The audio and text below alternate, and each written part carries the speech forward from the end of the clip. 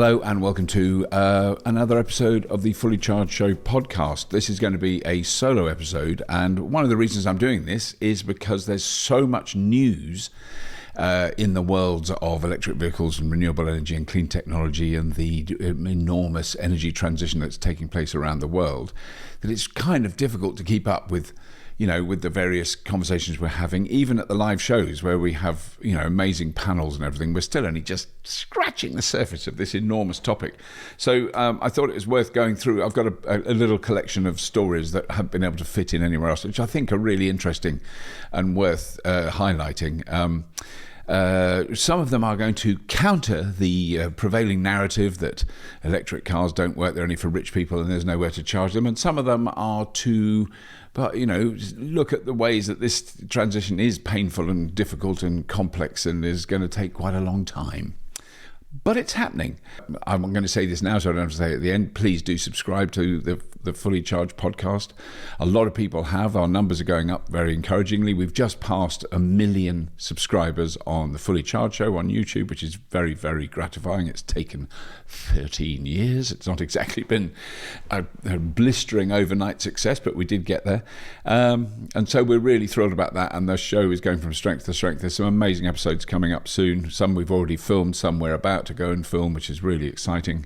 So there's the team behind the Fully Charged show really driven at the moment. They're very ready to go because they're just, everyone's kind of had a little boost from after the winter, little boost from having 1 million subscribers. Anyway, let's go into these stories because I think they are, hopefully you'll find them interesting. I think they are relevant to the topic and what the show is about. There's been some new research released very recently about the charging infrastructure in the UK. This is a UK-specific story. The UK is currently on track to meet its 2030 targets that were set by the government.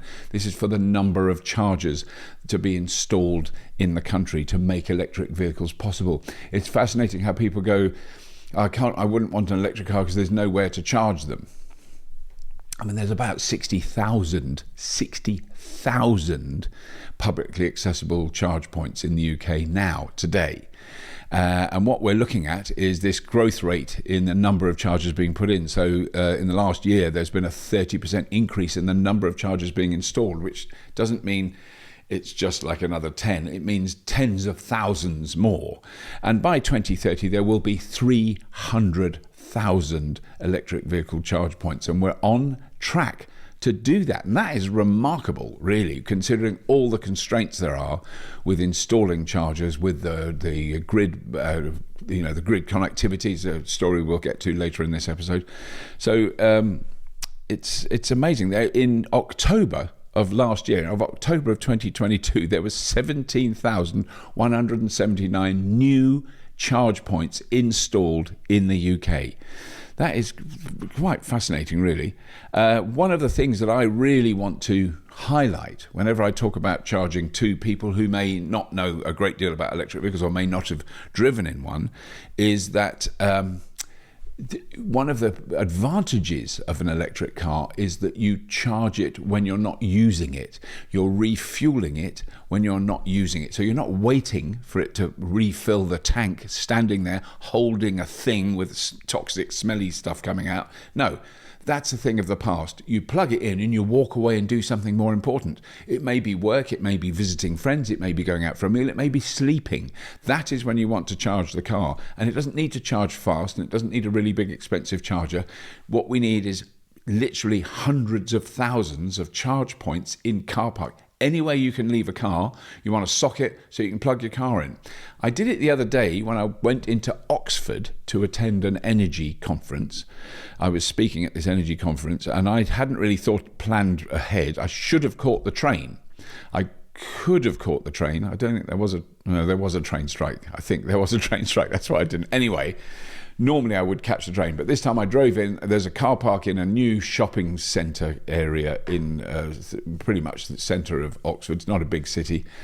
And inside that, you have to pay to park there. And inside, there are something like 60 charge points, just sockets on the wall in that place. Lots and lots of them in use when I went there. But I found one, parked there, plugged the car in, went to the conference, came back, paid for my parking, £15 to park there for that time, Got back in the car, which was at 100% because I'd forgotten to set the charge limit. So it filled it completely, 365 miles of range in a Tesla Model 3, which cost me, what did it cost me? It's hard to say. I had to park there. If you'd parked a petrol car there, you'd have paid £15. I paid £15 and got a free tank of fuel. That's what you want to do. And that's the payment for that is another issue. But what's important is I wasn't waiting for that car to charge. I do everything I can not to ever wait for a car to charge. I charge a car while I'm doing something else.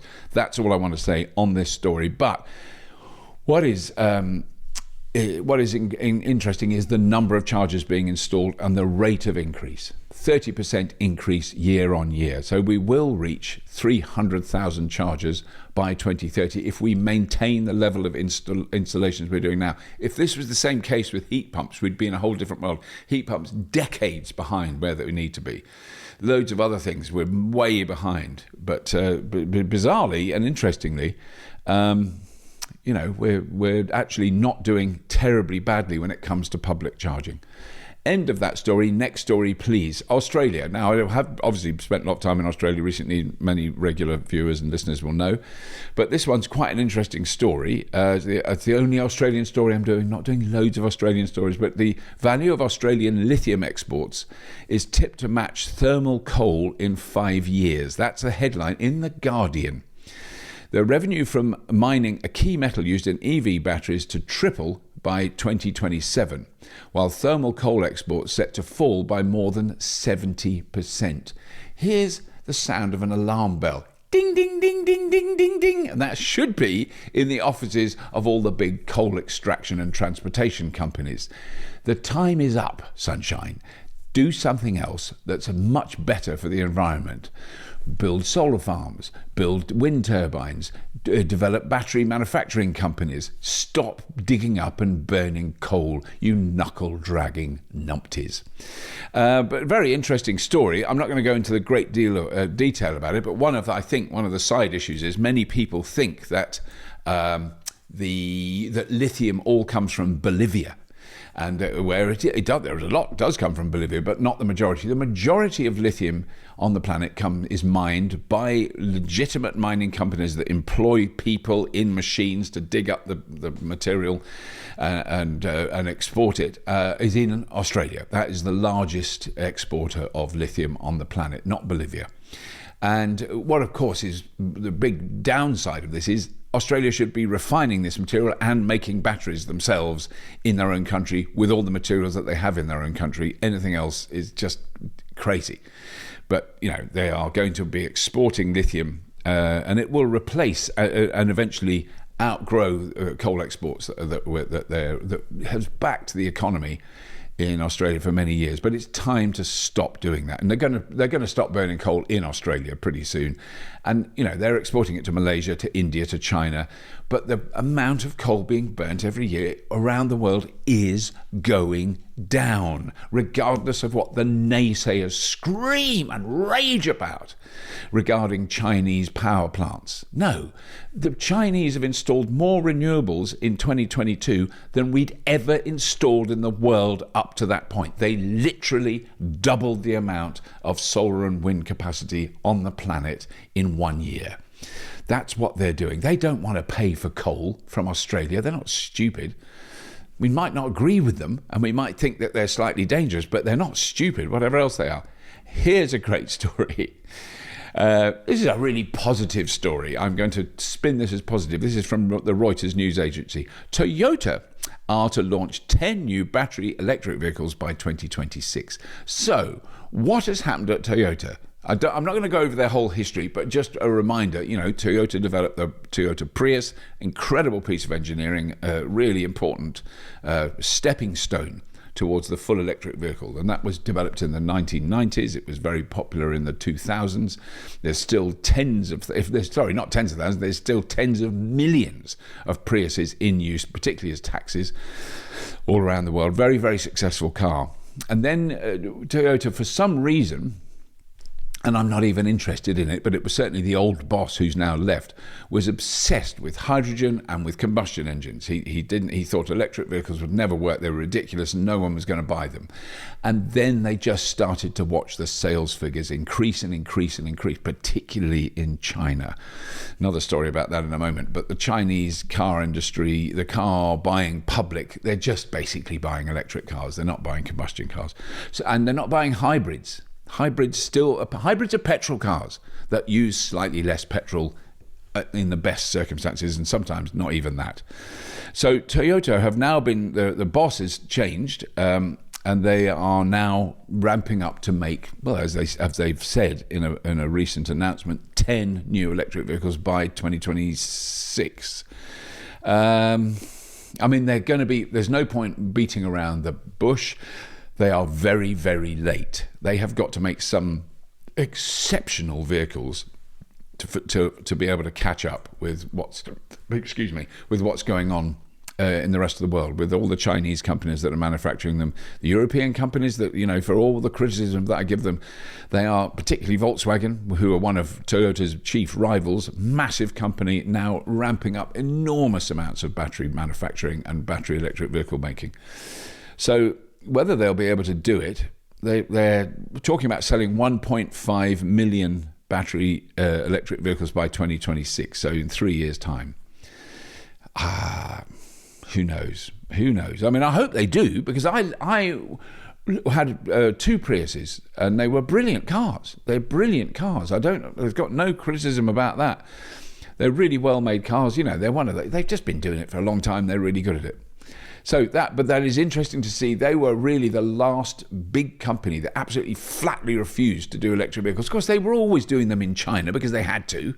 Typical, absolutely typical. But they weren't doing them anywhere else. Well, now they do have the BZ4X, I think it's called, in Europe, which we haven't seen yet, because we did have a little bit of a tiff with the Toyota people, and they don't like us. And I can understand why. We were very critical of the self-charging hybrid nonsense. I'm hoping that's all water under the bridge and we can move on, and we'll be very keen to see new Toyota cars. And here's the reason that Toyota need to change. Electric vehicles are going...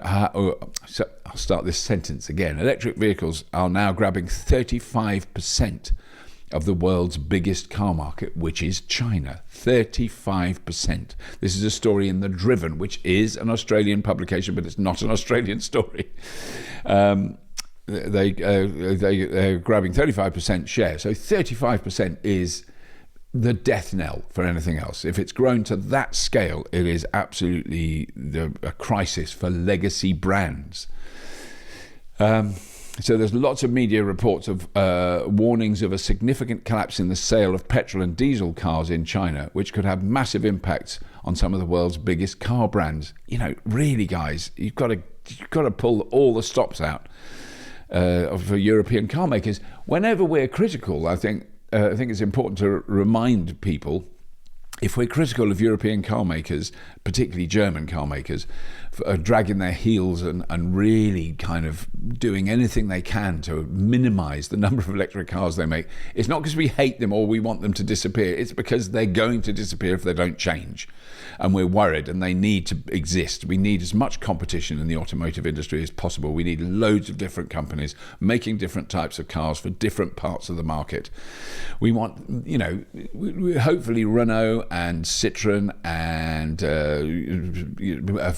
Volkswagen will make a lot of electric vehicles, and a lot of good electric vehicles, smaller and lighter and cheaper ones. And we hope that people like Ford, who have really now suddenly opened the sluice gates, the floodgates, whatever gates you want, they just open the gates, and they are really going hell for leather with electric, which is really good news.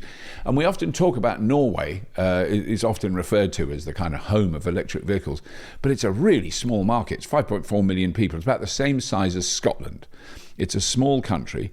So, them having 80% of their new cars being electric in numbers of cars is not that enormous. It's really impressive. And when you go to Norway, and I'm going there shortly, it is an amazing sight to see when you're in a traffic jam in a city and it's all the cars and buses and taxis are electric.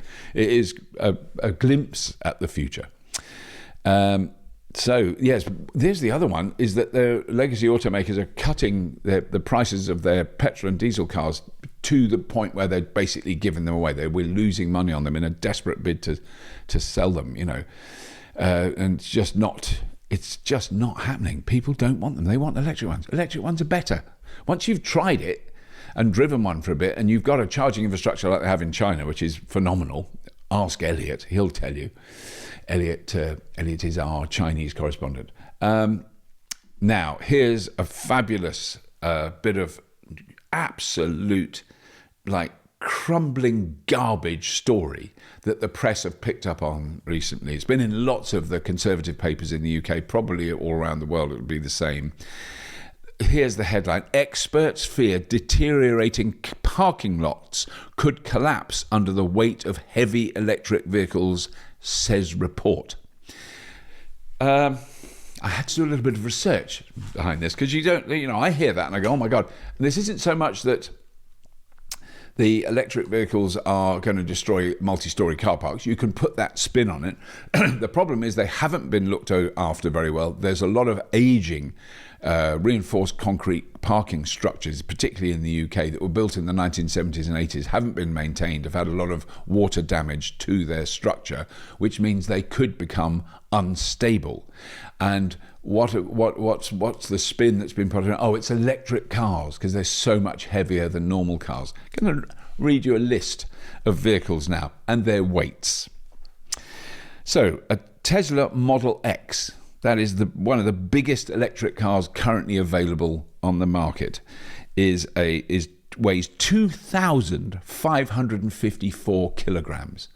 Oh my God, that's massive. That's so heavy. If you park that car in a multi-storey car park, it's just going to crush it. It's going to absolutely crush it and kill loads of puppies and children.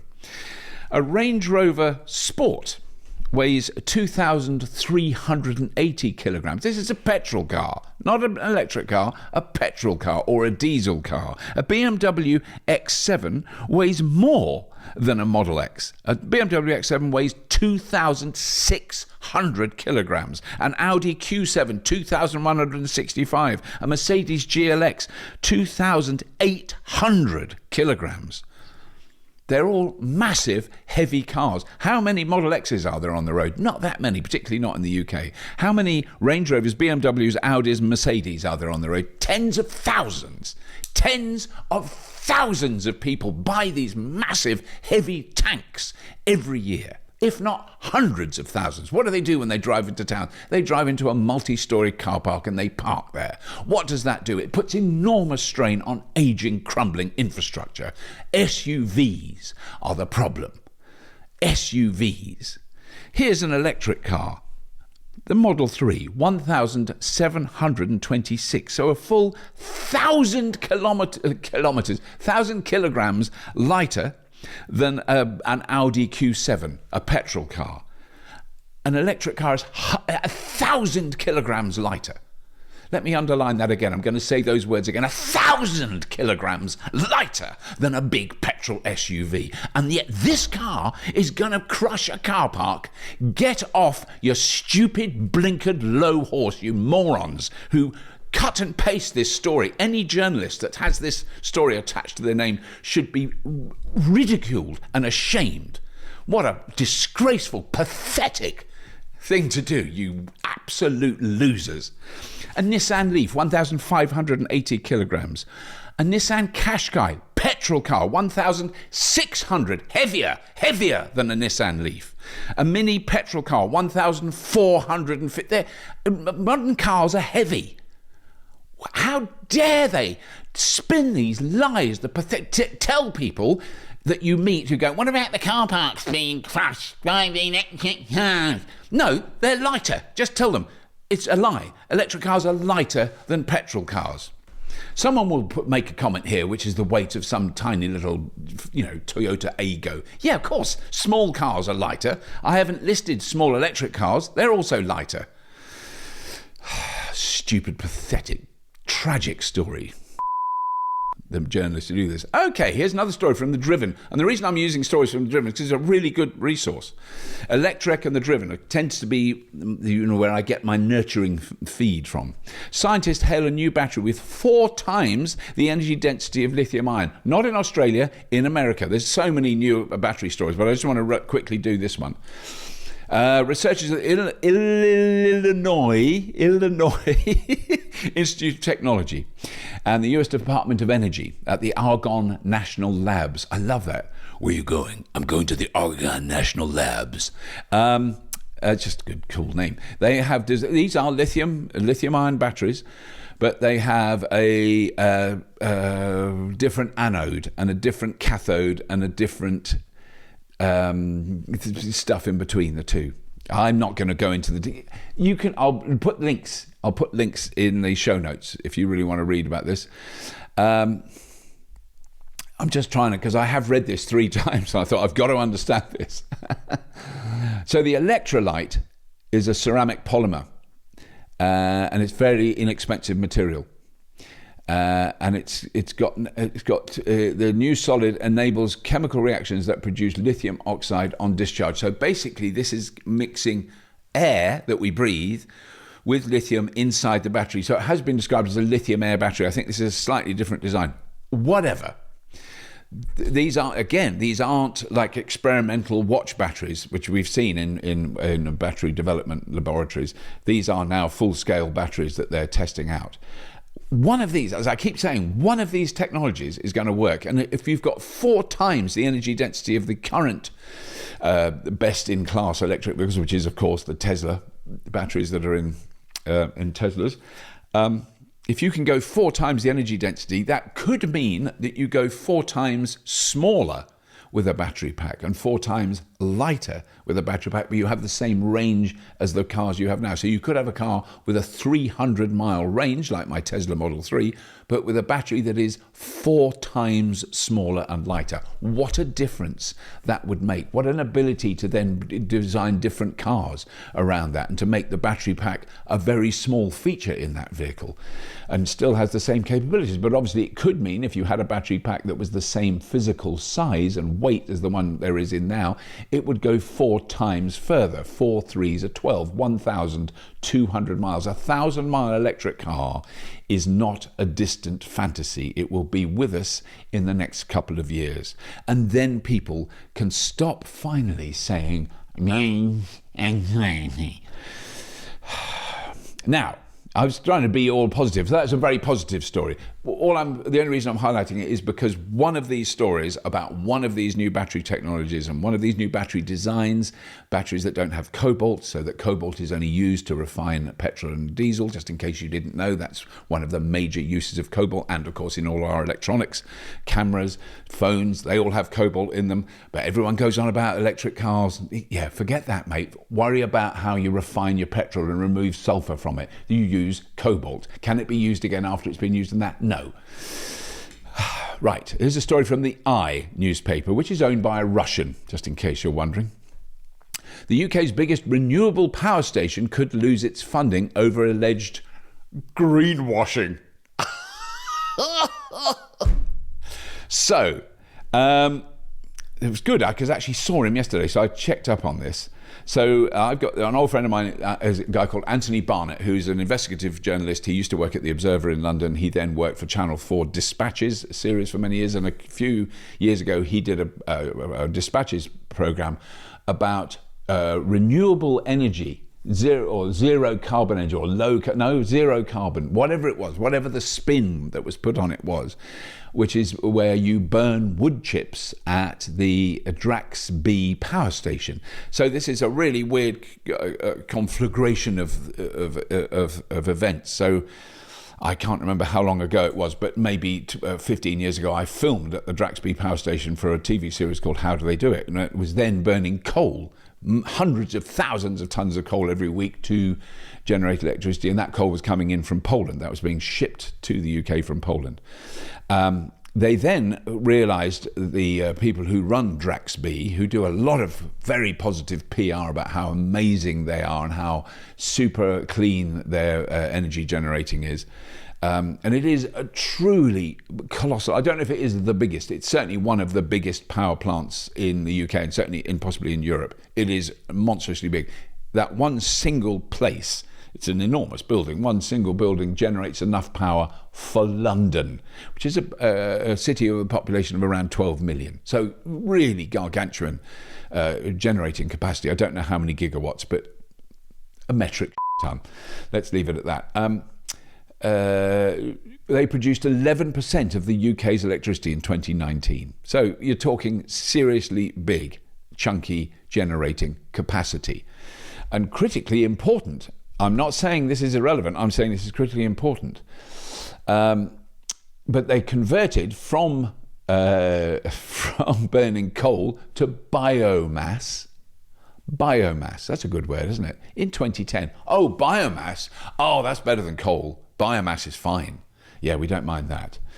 And it tapped. So once it's converted to biomass, the people who run it, very clever, they started to receive hundreds of millions of pounds in green energy subsidies. Stay with me on this story because this is just gut churning. Wood pellets. Wood pellets. We'll burn wood pellets, and that's renewable because we can then plant trees and burn those wood pellets in a few years' time, and then plant more trees. And when those trees grow, they capture the carbon that we've released from burning them. So you have this circle, this virtuous circle of endless green energy. Isn't it marvellous? Don't worry about it. Don't worry about renewables. Don't worry about that. Just tell us how marvellous we are and how we deserve to have millions, hundreds of millions of pounds of taxpayer money subsidising us for burning wood pellets. Okay, so next step, Anthony does his show about Drax B's massive government funding, backhanders, whatever you want to call it, subsidies. Oh my God, £800 million in subsidies. That's about $1 billion in subsidies over the last few years. Where do they get the wood from? Oh, well, let's chop down some trees in England. Oh, we haven't got that many trees in England. We already chopped them down to build the Armada a few hundred years ago. So Anthony went to America where they were chopping down virgin forests, chipping the wood, putting it on trains, taking the train to the docks, putting it on a ship, sailing the ship right across the Atlantic to Yorkshire where they unload it and burn it in the power station, generate loads of electricity. Marvellous. Insane. It's got much worse. They are now buying wood from British Columbia. That is on the west coast of Canada. So they cut down the trees in British Columbia, where I went there last year. They then chip that wood, put it on a ship, but send the ship from British Columbia, probably from Vancouver, all the way down the west coast of America, through the Panama Canal and across the Atlantic Ocean. This is green energy we're talking about here. They ship it right across the ocean to the power station, burn it in the power plant, generate electricity, and that is green. That is green. They're carbon neutral. That's what they're claiming to be. Oh my Lord. So the Ofgem, which is the Office of Electricity Generating in England, and I hate those terms, Ofgem, off what? It's all these, I don't know, I think they came out in the Thatcher administration. They've done an assessment audit over its renewable obligations following some criticism of the company. I wonder where that criticism came from sensible human beings who worked out how dumb this was. So they have renewable obligation certificates which are now being withheld by the government. So this could see Drax losing all or some of its subsidies. It could threaten the company's entire business model, which is totally reliant on government support. Oh, so wait a minute. All the time in the last 15 years, I've been endlessly hectored about renewable energy needing government support. Oh, the rabid, puke-dripping hypocrisy of the ruling class, current ruling administration in this country about this filth. So, oh no, well, this is green because he's burning a tree. It's just disgraceful. It is utterly, abhorrently filthy and disgraceful. They are vile people who are conning us that they've got doing green energy. If you see an advert for Drax, how careful, we care about the environment, we care about our local community, so we're buying wood from Canada. Just insane. Just insane. Why can people like this get away with this? Here's a little story as to why. £3.5 million of donations to the British Conservative Party, the Tory party as they're often referred to, are linked to pollution and climate denial. There we go. That is why. So there's a whole list. This is a Guardian article. A whole list of people who've donated huge amounts of money to the Tory party, and they were affiliated with things like the Global Warming Policy Foundation. I can't even talk, just a climate denial lobby group that's funded by the Koch brothers and various criminals, so they can sue me if they want. They're just beneath contempt. Tesla, now here's a positive story. I'm going to do positive stories, a couple of positive stories to round up with. Tesla nominates I'm going to start this whole thing again because I've got it all wrong, because I'm still riling on about the bloody power station. Tesla, you've heard of them. You've heard of the boss. Controversial, but extraordinary, amazing abilities. Tesla, SpaceX, amazing, other stuff, yeah, whatever. But I've always been more impressed by J.B. Straubel, who was the tech chief, chief technician behind Tesla. He was a guy who actually made the cars work.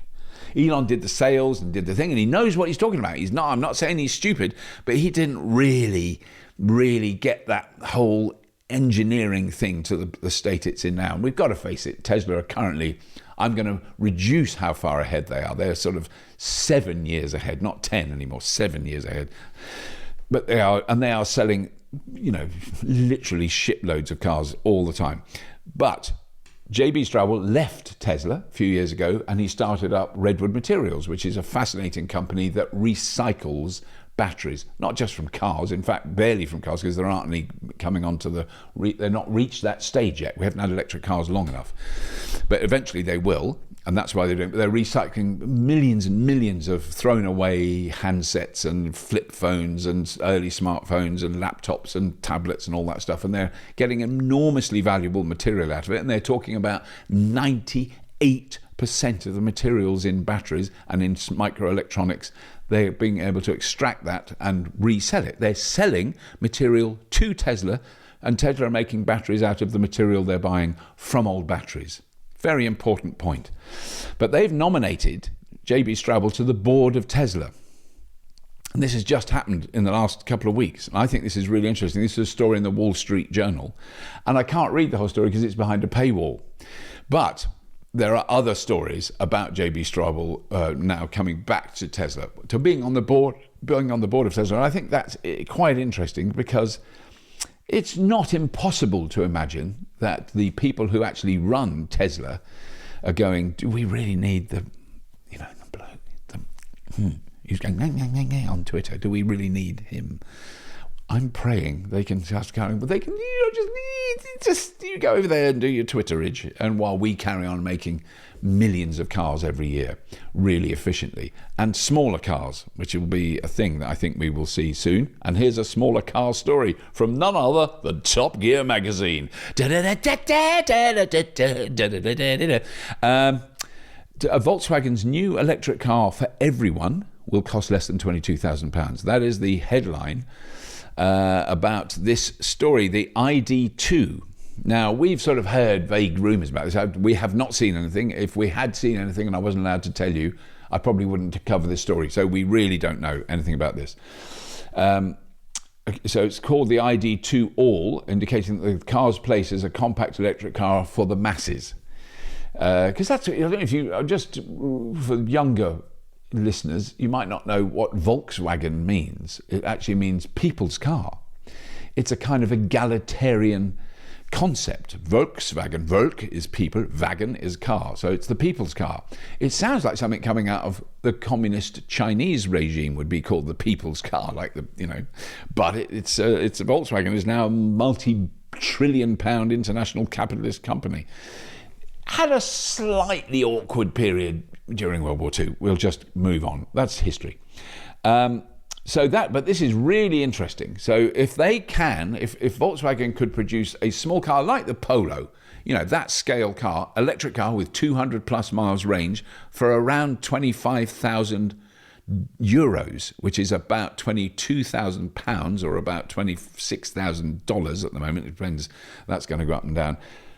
That would be really spectacular, because that's going to affect the Chinese cars that are coming in at just around that sort of low 20s price point, which is very exciting. So the fact that Top Gear are announcing this is, I think, makes it a relevant story.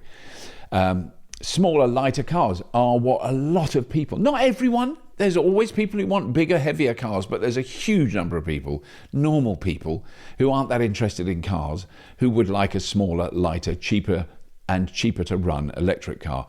And a lot of those people are women. But here's a story about why women don't buy electric cars. This is from EV Life, from Electric Drives magazine, which is not something I'm that familiar with, but this story caught my eye. And this is something that we have noticed. I'm not going to go into the details of the story. I'll put the links in the show notes. But it is interesting that who decides on buying a car. I'm not that bothered about all this, but there is an element of interest. So our viewing figures on Fully Charged are massively male skewed. So we're now about 93% of our regular viewers are men, which means about 7% are women. So that's improved from about 96% men when it was 4% women. So we're getting more women watching, and we're really thrilled. And we've got amazing presenters, women presenters, which is really good. But still, it's just, there's nothing you can do. We're covering topics that, we're going to cover whoever watches. And if women don't want to watch it, there's nothing we can do about it in the end. But what is interesting is at our live shows, so the live events, we're looking at about 38 to 40% of the people who attend are women. Now, you could say that some of them have been dragged along unwillingly by their nerdy husband who wants to find out all about solar panels and battery management systems in the latest electric vehicles.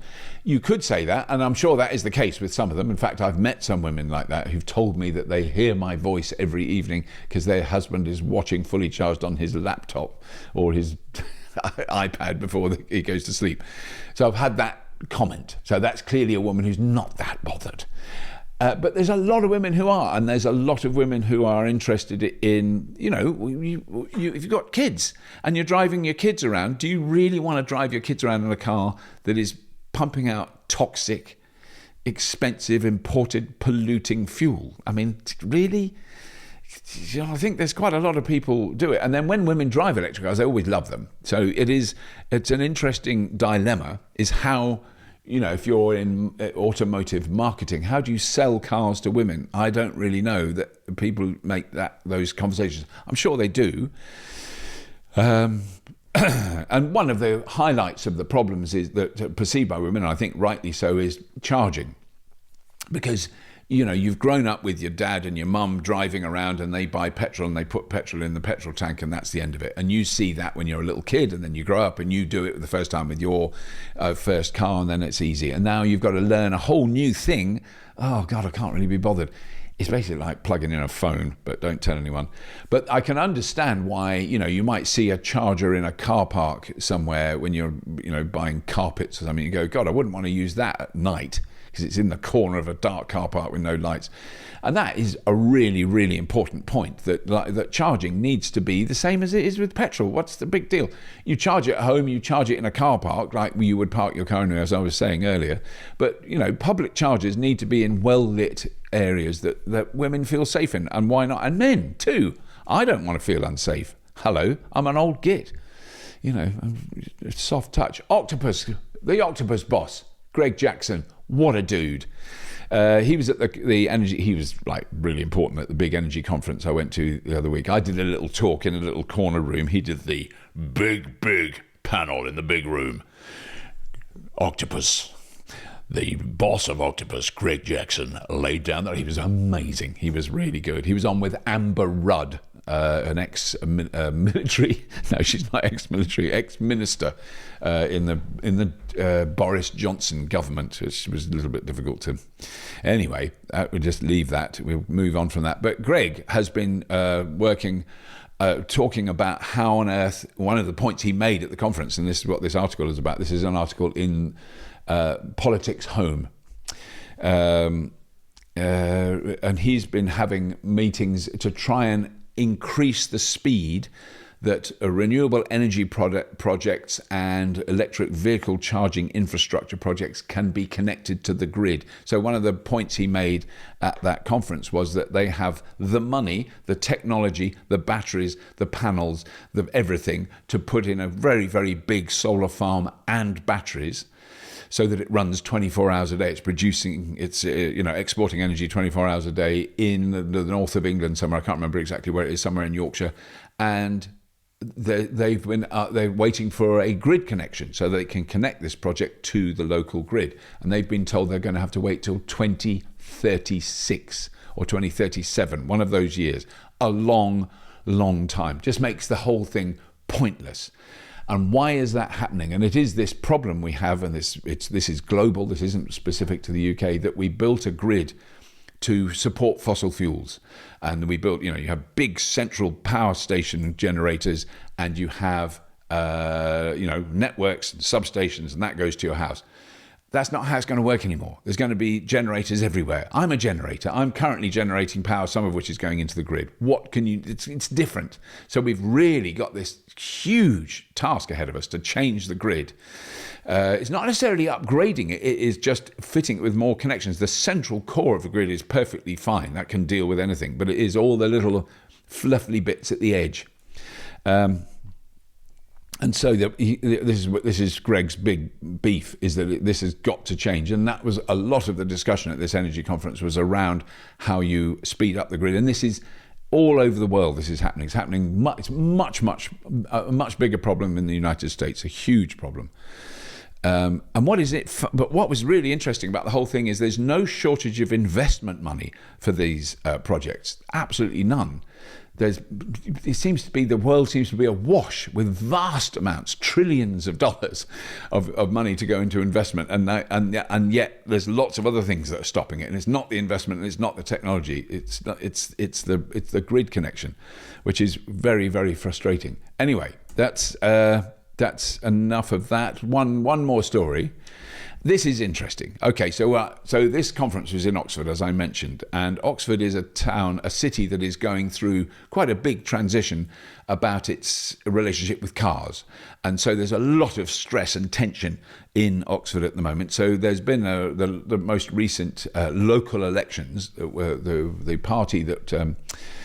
It's irrelevant what party they are, but there was their mandate was that we're going to encourage people to cycle and walk and use public transport in Oxford, and that will make life much easier and much nicer for everyone. And indeed, Oxford has quite a long history of doing this. So I don't know what they're going to be called in different parts of the world, but there is a scheme called Park and Ride.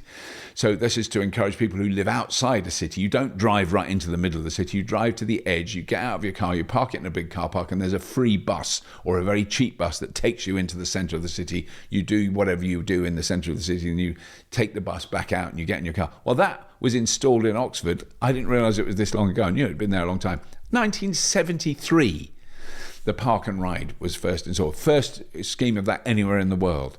They did a lot of pedestrianised streets when I lived in Oxford in the early 1970s, around the same period. So it's been a long battle, really, because it's a medieval city. It's got narrow streets. There's nowhere to park. There's not big wide boulevards like you'd have in an American city. It's little narrow. It's for not even a donkey and cart. It's for a donkey. It's for a horse and a knight with armour and a flag. He can just about get down, but he's scratching both knees on either wall. We're talking narrow, So bicycles really make sense. Quite a flat city. Walking is easy. The public transport's always been a bit shonky in Oxford because they have diesel buses. But I think they're going for electric buses more. So, but anyway, that's the background. This is a story in The Spectator, which is an extremely conservative publication in the UK. Very, very old, been going for a long time. Written by a man called William Atkinson, and he's just written this article that says we should support Oxford's crackdown on motorists. Now, everyone to the right of centre says freedom to drive your car wherever you want is critically important. And a lot of people on the left saying anyone who drives a car is a fascist. Basically, both sides, extremes of that argument are just daft and boring. But this is I was really surprised to see this article. Here's a quote from it. "For too long, we have defended the rights of motorists and ignored their challenge to many of our basic beliefs." This is the Tory party. This is the Conservative Party who are currently in power and have been in power for 13 years and are about to be ousted in the next 18 months, I think. We will see the end of them. But these schemes are all over the world. It's not unique to Oxford, but this is an interesting take that it's from a publication that would normally be incredibly critical of this stuff. That, you know, that we're being forced into communist 15-minute cities where our freedoms will be smashed and we'll all have to live under, you know, and we're ruled by lizards and the earth is flat. You know, it's really the extreme nutbag end of debate about this. And this is someone who's just saying, let's actually look at what's happening and the improvements it's making to people's lives. Because, you know, if you live on a street in a city and you've got constant noisy traffic going up and down, is that lovely? No, it's not. Might be nice for the people driving up and down who are going from one side of the city to the other. But if they could cycle or walk or catch a bus that was silent, that was electric, that was quiet, it might be an improvement. That's basically all I'm saying.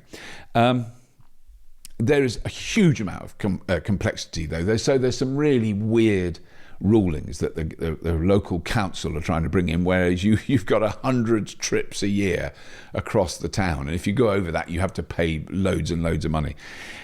It's just like, I don't really know how you do it. I mean, I would think that what I've seen in cities like Groningen and Utrecht and Ghent, there's a lot of cities in Europe, Paris doing it big time, Berlin, Amsterdam, is you just like start going, not in that bit, you can't drive in that bit there. No one can drive in that bit. You've got to find another way of doing it. Deliver it with cargo bikes. You might allow trucks or buses, trucks and delivery vans in overnight or something, but you really restrict car access, and then you just make it a little bit bigger. Because as soon as you stop having cars in a street, that street gets inhabited by people, which means they spend money in shops and cafes. It's not rocket science. It's you know, urban planning science. It's not that complicated, and there've got to be ways of doing it. And I mean, Oxford is a kind of mess of experimentation, but it seems to be getting quite a lot of support. So this is the last paragraph is interesting. Conservatives in Oxford and across the country should see this as an opportunity to prove the urban Tory is not a dying breed. So what they're saying is that it's always seen that where I live, for example, out in the country, this is the home of Conservatives. They all live out in the country and they shoot animals and they worship God. I don't quite know why those two things are always beautifully interlinked, but they are. And what they're saying is loads of Conservatives live in cities and they are blighted by the same problems as everyone else. We should not leave the debate on redeveloping our cities to left-wing idealists and the internet's unhappy fringe. I thought that he was talking about me. He's not. He's talking about the real nutters. Piers Corbyn. Just bonkers. By placing people, neighbourhoods and the environment, not cars, at the centre of our urban areas, we can outline a conservative vision for the 21st century city, an agenda of which the late Roger Scruton would surely have approved. So I can't even begin to talk about Roger Scruton. I just want to ignore that bit. I wish I hadn't read that bit out. But what is interesting is there should be a conservative vision for cities that aren't dominated by cars. And I think that is a very interesting shift in the narrative. And on that point, I'm going to leave that. And thank you very much for listening to me waffle on about a load of different car stories. I hope you found some of them interesting. Do join me again when I'll have some amazing guests on the show. But until then, if you have been, thank you for listening.